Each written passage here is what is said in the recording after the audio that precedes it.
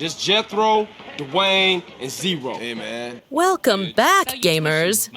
Today, we're diving into one of the most controversial remasters in gaming history, the Grand Theft Auto Trilogy, Definitive Edition.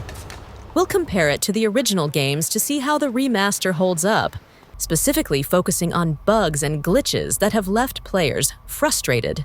Let's get started. Not me, bro. First up, let's take a look at the graphical differences. While the Definitive Edition boasts improved textures and lighting, it's also introduced some interesting visual bugs. Here's a clear example.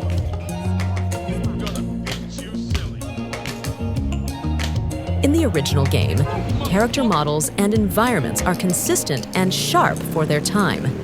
But in the Definitive Edition, we've got characters with rubbery limbs, floating objects, and even rain that looks more like a waterfall pouring down your screen.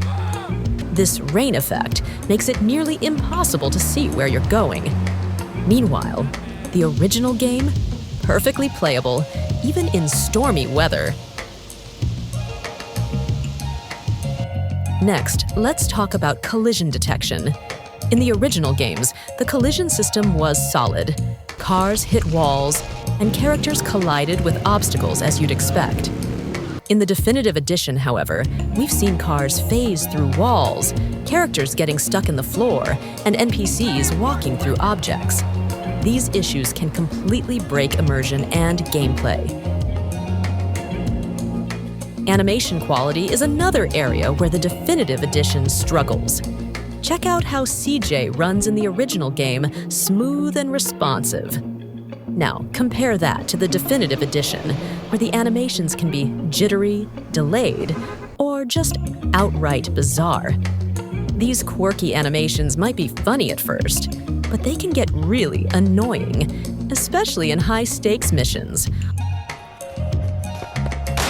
Audio issues are another major complaint. In the original games, the audio was crisp and clear, with iconic radio stations and sound effects. But in the Definitive Edition, players have reported distorted sound, missing audio cues, and even out-of-sync dialogue.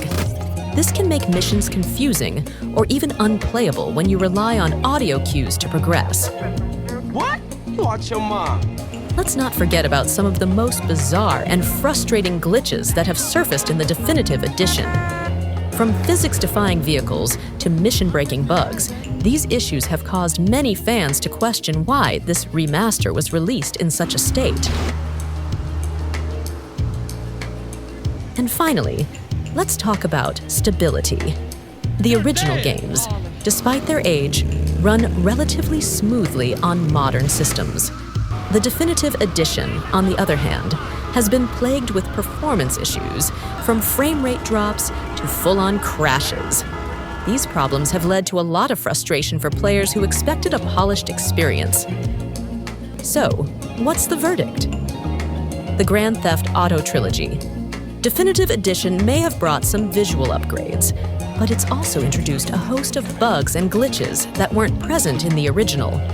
Whether you're a longtime fan or a newcomer, it's clear that the original games still offer a more stable and authentic experience.